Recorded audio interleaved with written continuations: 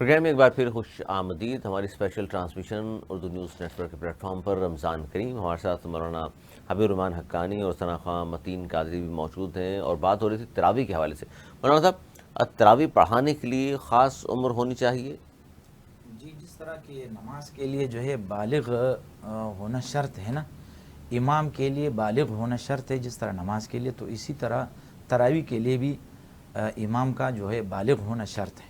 اور اس کے اپنے علامات ہیں. جی، جو علامات بلوغت کے ہیں اگر وہ اس میں ہیں تو وہ امامت کرا سکتے ہیں. اچھا، وہ تراویح جو پڑھائے گا جس کے بارے میں آپ کہہ رہے ہیں کہ بالغ ہونا اسلامی حوالے سے شرط ہے، تو پیچھے جو سامع ہوتا ہے اس کی بھی ایج اتنی ہونی چاہیے؟ وہ تو کر سکتے ہیں، وہ تو اتنا مسئلہ نہیں ہے نا. اتنا مسئلہ نہیں ہے. جی جی جی جی. پیچھے بالغ کھڑے ہو نابالغ کھڑے ہو تو اس میں نہیں ہے. دیکھیے، آپ سب سے آگے کھڑا کر رہے ہیں اور سب تمام لوگ مقتدی ہوں گے یقیناً اس کے پیچھے کھڑے ہونے والے، تو صرف بالغ ہونا شرط ہے اس جگہ پر کھڑے ہونے کے لیے یا کچھ اور شرائط بھی ہیں؟ نہیں، شرائط تو دیکھو نا، جس طرح امام کے لیے نا عاقل ہونا، بالغ ہونا، مسلمان ہونا، یہ سارے شرائط ہیں نا جس طرح امامت کے لیے. تو اس طرح اور قرات کا صحیح ہونا یہ شرط ہے، اور مسائل کا سمجھا ہوا ہو. یہاں تو جو ہے بھی وہی بات چلے گی. سمجھ میں آ گیا کہ بھائی کن چیزوں سے جو ہے نماز فاسد ہو جاتی ہے اور کون سی چیزیں مکروہات ہے، کون سی چیزیں واجبات ہیں. شرعی طور پہ اس کے اندر وہ تمام خوبیاں ہونی چاہیے، غیر شرعی کوئی حرکت وہ نہ کرتا ہو. جی جی جی، جو ایک امام کے لیے. ہاں اگر ایسا ہے نا، نہیں، امام کے لیے یا تمام لوگوں کے لیے وہی بات ہے؟ امام کے لیے کچھ ایکسٹرا چیزیں بھی ہوتی ہیں یا صرف وہی ہوتی ہیں جو عام آدمی پر چیزیں لاگو کی گئی ہیں کہ ان چیزوں سے دور رہنا ہے کسی عام مسلمان نے؟ یعنی آپ نے امامت کی بات کیا نا. میں اس لیے پوچھ رہا ہوں کہ اس جگہ جا کر کے اور بھی زیادہ سختیاں ہو جاتی ہیں یا جو عام آدمی کی شرائط ہے وہ اور زیادہ سخت ہو جاتا ہے نا. اب ایک عام آدمی ہے پیچھے نماز پڑھ رہا ہے اور اس کو مسائل معلوم نہیں ہے، لیکن اس کو نماز تو ہو جاتی ہے نا. لیکن امام کے لیے کہا ہے نا کہ وہ نماز کے مسائل سے تو کم از کم جو ہے نا وہ آشنا ہو، واقف ہو، اس کو فرائض معلوم ہو، اس کو واجبات معلوم ہو، اس کو مستحبات معلوم ہو، اس کو مفسدات معلوم ہو کہ بھائی میں لوگوں کو نماز پڑھا رہا ہوں. جو ایسا نہ ہو کہ کوئی ایسا چیز ہو کہ جس سے نماز ٹوٹ گئی ہے، سمجھ میں آ گئی، اور اس کے علم میں نہیں ہے، اور تو اس کی نماز بھی خراب ہو گئی اور لوگوں کے پیچھے بھی نماز خراب ہو گئی ہے. تو امام کے لیے تو اپنے اپنے شرائط ہیں.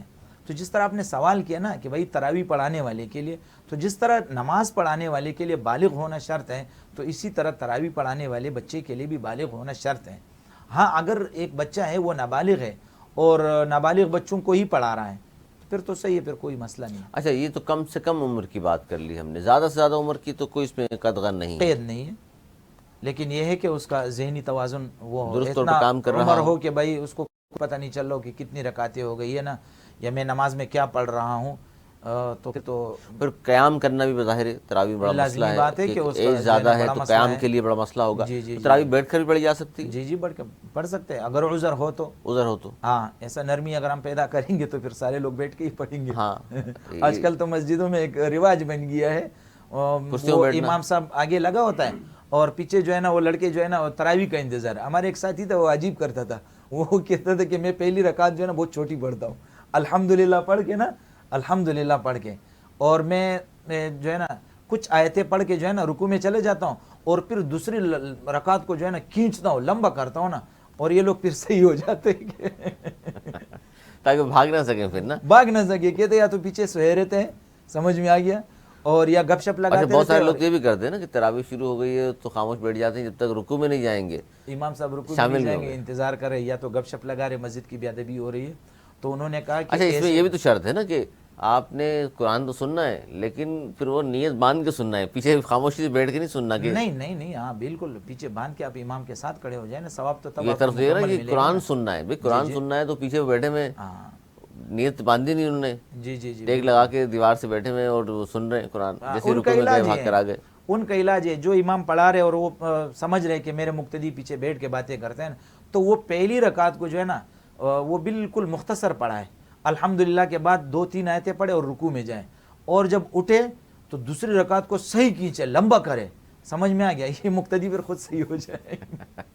یہ بھی چھوٹے چھوٹے علاج بھی بتا رہے ہیں آپ ساتھ ساتھ تاکہ طبیعت درست رہے. جی جی بالکل. دیکھیے یہ چھوٹی چھوٹی باتیں ظاہر ہے، یہ بھی ہم بات کر رہے ہیں. اچھا، رمضان المبارک کے حوالے سے گفتگو ہماری جاری ہے. بہت ساری باتیں ہم نے کی، جیسے زکوٰۃ کے حوالے سے ہم نے بات کی ہے، صدقۃ الفطر کے حوالے سے بات کی ہے. اچھا، رمضان میں خاص طور پر یہ بھی ڈسکس ہم نے کیا تھا، لیکن میں چاہتا ہوں دوبارہ اس پہ ضرور ڈسکس کریں. بہت سارے لوگ سحری کے حوالے سے منتظر رہتے ہیں کہ جی اذان کی آواز آئے گی تو کھانا پینا بند کریں گے. انتہائی سحر جو ہم بات کر رہے ہوتے ہیں اس پر کوئی زیادہ تر لوگ عمل نہیں کرتے. تو اس حوالے سے کیا کہیں گے؟ اس کا تعلق وقت سے ہے، سمجھ میں آ گیا، ٹائم ٹیبل مساجد سے ہے نا، ٹائم ٹیبل سے، اذان سے نہیں ہے. اذان تو اپنے وقت پر، ہر مسجد کا اپنا ایک وہ ہے. یہ جو آج کل وہ بجاتے ہیں، سائرن بجاتے ہیں نا، تو وہ آخری ٹائم ہوتا ہے. انتہائی سحر وہ ہے. جی جی جی، آخری ٹائم وہ ہے. اور سحری کی تو اپنی ایک فضیلت ہے، اور بعض لوگ ایسے کرتے ہیں کہ سحری کرتے بھی نہیں ہیں، سو گئے جی رات کو جو ہے نا وہ کر کے. اچھا یہ بھی بات درست ہے کہ رات میں نیت کر کے سو گئے، نہیں آنکھ کھلی تو کوئی بات نہیں. وہ تو کوئی مذائقہ نہیں ہے. آنکھ نہ کھلنا ایک تو جو ہے نا اس میں سے آ جاتا ہے نا. نہیں آنکھ نہ کھلنا غلطی سے ایک شخص کو معلوم ہے نا کہ میں 2 بجے سو رہا ہوں، آنکھ تو کھلنی نہیں ہے تو نیت کر لیتا ہوں. جی جی جی، نہیں اس طرح نہیں کرنا چاہیے، بلکہ سحری کا نیت سحری کھانا تو حالانکہ سنت ہے، برکت ہے. جی جی جی، کیونکہ آپ علیہ الصلوۃ والسلام نے خود فرمایا تسحروا فإن فی السحور برکہ.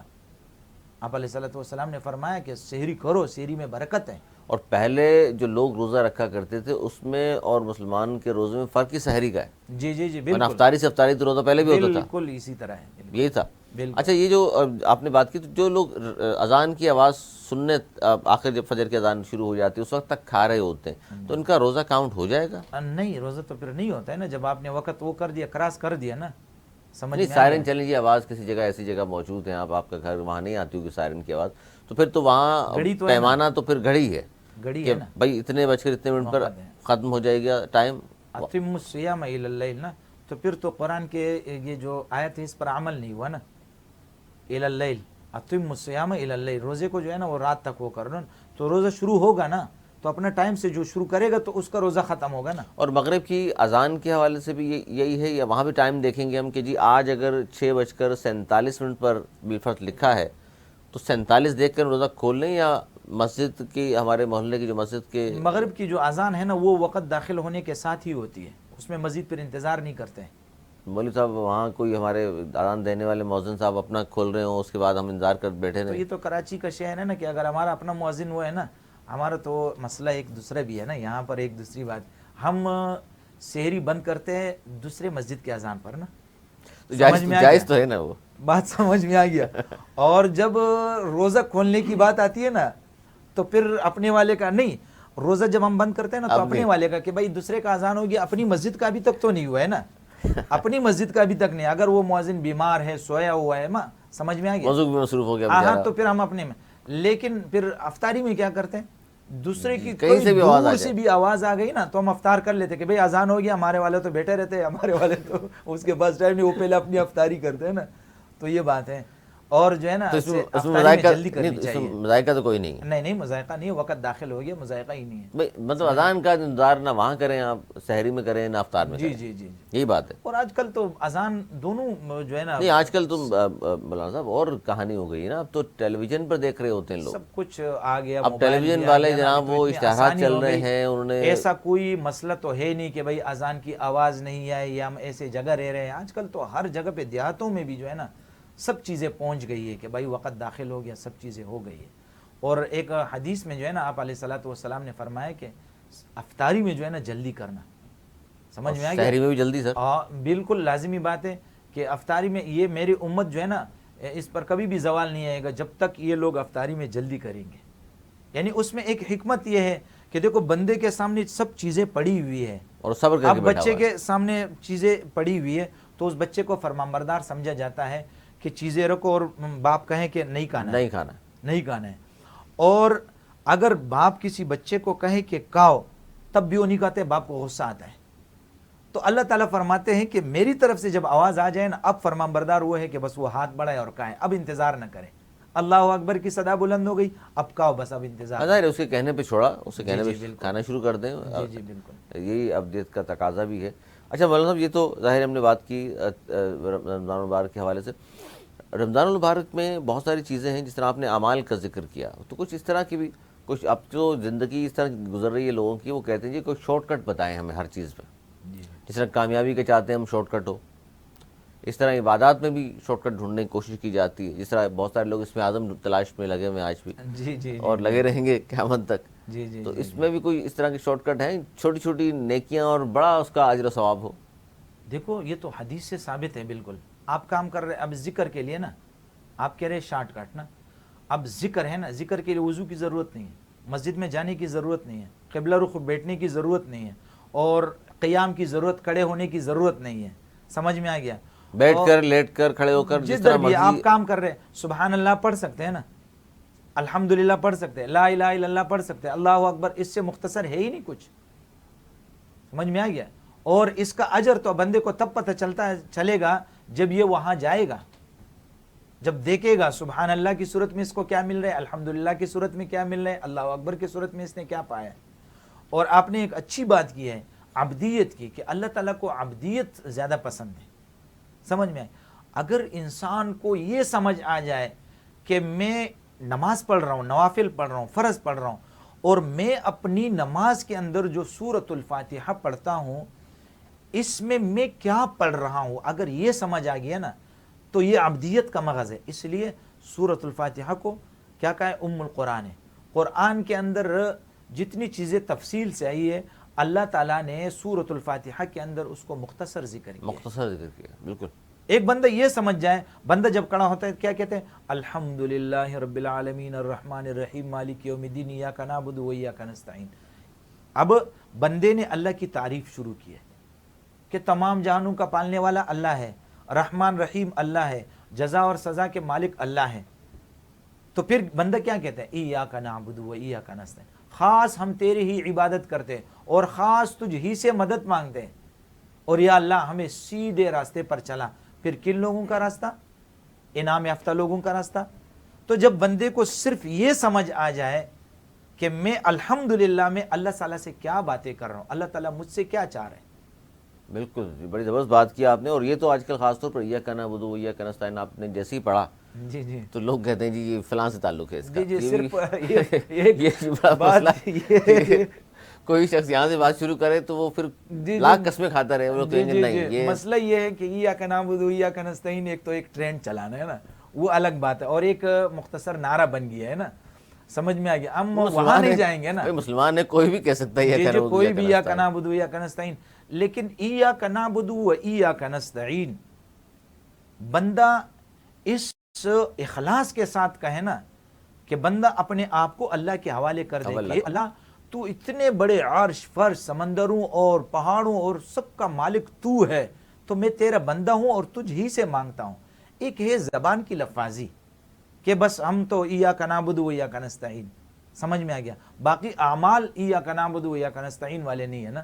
اصل میں سمجھ میں آئے ایاک نعبد و ایاک نستعین والے بننا چاہیے سب کو. اچھا, اس سے اگلی جو آیت ہے وہ بڑی زبردست ہے, میں چاہوں گا اس پر بات کریں, لیکن اس سے پہلے آپ ملتمس ہیں ثنا خواں متین قادری سے نعت رسول مقبول صلی اللہ علیہ وآلہ وسلم. اس کے بعد پھر مولانا صاحب کے واپس آئیں گے. بڑا زبردست یہ بات ہو رہی ہے اس وقت سورہ فاتحہ کے حوالے سے, اور مختصر جسے کیا کہا گیا ہے نا, مغز ہے قرآن مجید کا, کہہ لیجئے فرقان حمید کا, اس پر بات کریں گے. لیکن پہلے ملتمس ہیں نعت خواں متین قادری.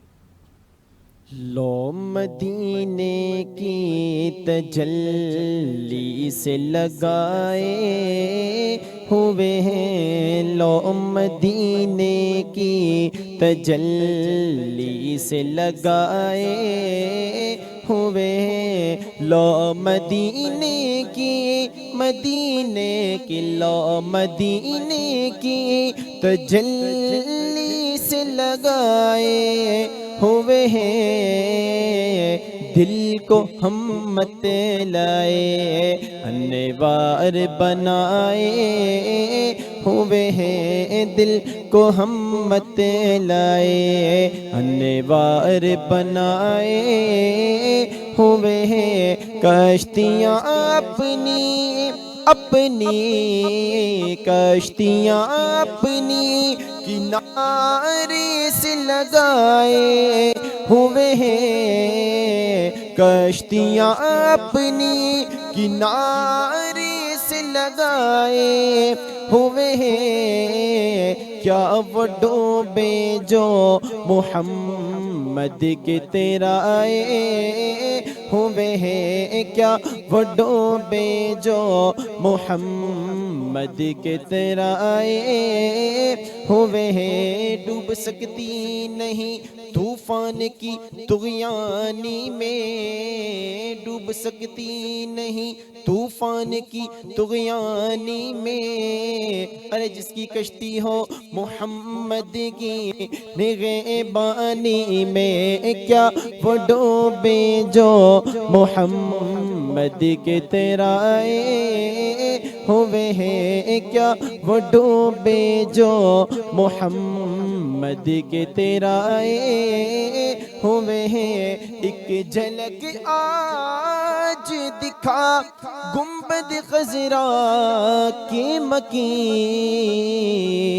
ایک جھلک آج دکھا گنبد خضرا کی مکین، کچھ بھی ہے دور سے دیدار کو آئے ہوئے ہیں، کچھ بھی ہے دور سے دیدار کو آئے ہوئے ہیں۔ حاضر و ناظر و نور و بشر و غیب کو چھوڑ، حاضر و ناظر و نور و بشر و غیب کو چھوڑ، شکر کر وہ تیرے عیبوں کو چھپائے ہوئے ہیں، شکر کر وہ تیرے عیبوں کو چھپائے ہوئے ہیں۔ قبر کی نیند سے اٹھنا کوئی آسان نہ تھا، قبر کی نیند سے اٹھنا کوئی آسان نہ تھا، ارے ہم تو محشر میں انہیں دیکھنے آئے ہوئے ہیں، ہم تو محشر میں انہیں دیکھنے آئے ہوئے ہیں۔ اور کیوں نہ پلڑا تیرے اعمال کا باری ہو نصیر، کیوں نہ پلڑا تیرے اعمال کا باری ہو نصیر، اب تو سرکار بھی میزان پہ آئے ہوئے ہیں، اب تو سرکار بھی میزان پہ آئے ہوئے ہیں۔ لو مدینے کی تجلی سے لگائے ہوئے ہیں، دل کو ہم مت لائے انوار بنائے ہوئے ہیں۔ سبحان اللہ، نعت رسول مقبول صلی اللہ علیہ وآلہ وسلم آپ نے ملاحظہ کی۔ مولانا حبیب الرحمن حقانی صاحب ہمارے ساتھ موجود ہیں اور بہت ہی اہم گفتگو ان سے ہماری ہو رہی ہے سورہ فاتحہ کے حوالے سے۔ اچھا مولانا صاحب، اہدنا الصراط المستقیم، اس صراط مستقیم کیا ہے؟ ذرا اس پر ضرور روشنی ڈالی۔ بات تو چل رہی تھی نا سورۃ الفاتحہ، جی میں آپ کو شروع سے بتاؤں کہ سورۃ الفاتحہ کا موضوع ہے خود شناسی اور خدا شناسی۔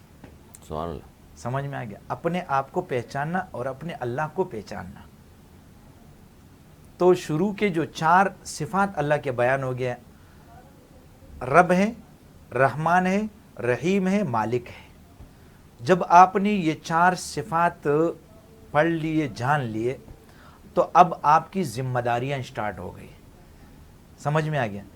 ایاک نعبد، ہم آپ کی ہی عبادت کرتے ہیں، ایاک نستعین، اور تجھ ہی سے مدد مانگتے ہیں، ہم تجھ سے مدد مانگتے ہیں۔ یہ بندے کی ذمہ داری ذکری۔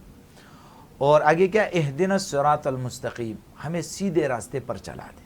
اور سیدھا راستہ اب سیدھا راستہ کن کیا کا ہے؟ ہے؟ بالکل آگے خود ذکر کیا، صراط الذین انعمت علیہم، راستہ ان لوگوں کا جن پر آپ کا انعام ہوا ہے، وہ ہے صحابہ کرام رضوان اللہ عنہم اجمعین، جو رسول اللہ صلی اللہ علیہ وسلم کے صحابہ، جس نے رسول اللہ صلی اللہ علیہ وسلم کے مشن کو لے کر کے وہ تابعین، تبع تابعین، سلف صالحین، پھر آگے ہم تک پہنچا ہے۔